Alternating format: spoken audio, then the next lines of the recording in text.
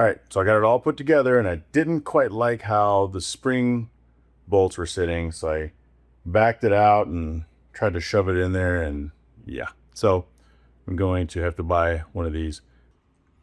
Okay, guys, it's actually been a few days trying to get that bolt out. So I had to order a new bolt, and then once the bolt arrived, I had to drill out the old bolt, which I'm still in the process of doing. Wasted a lot of time with the wrong bits. Of course, I'm sitting here holding this nail. So why am I holding this nail? Well, first off, you need cobalt bits, and I can link the ones that I bought in the description, but I bought them at a local big box store. I drilled all the way through the bolt, but not dead center. And so I tried screw extraction. I don't have bolt extractors. Anyway, I screwed not dead center. And so the drill bit came out from the side and snapped. So then I had a flat surface. So that's where this comes in. I put a smaller drill bit on, and I drilled a hole through the side of the bolt.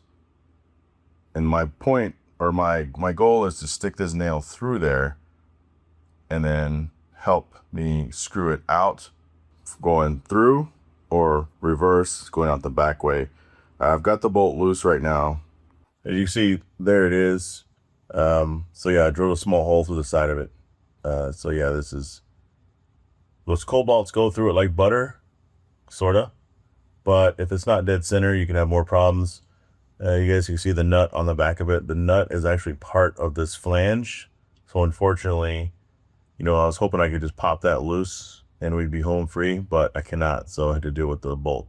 All right, so you kind of see I have the nail hanging out. I can't really do this and film at the same time.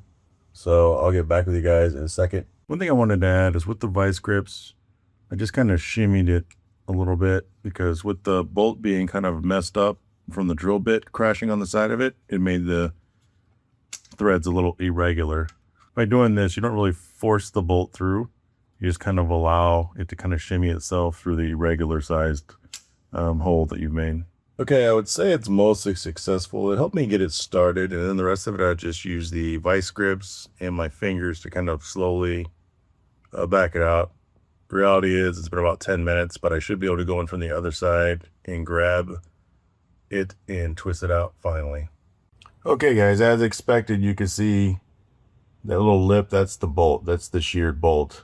So I should be able to grab that and then with the vice grips and then twist it out, and we'll be home scot-free.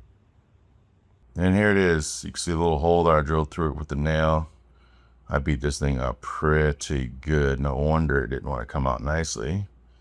But you can see where I drilled through here up the side, which ended up causing more problems. But yeah, got it out.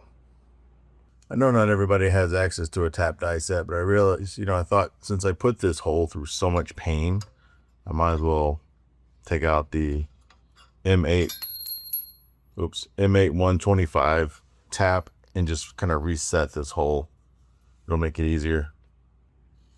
All right, went all the way through, get this cleaned out. It's got to be a lot of the little metal shavings and debris from all the handiwork that I did, you know what I mean?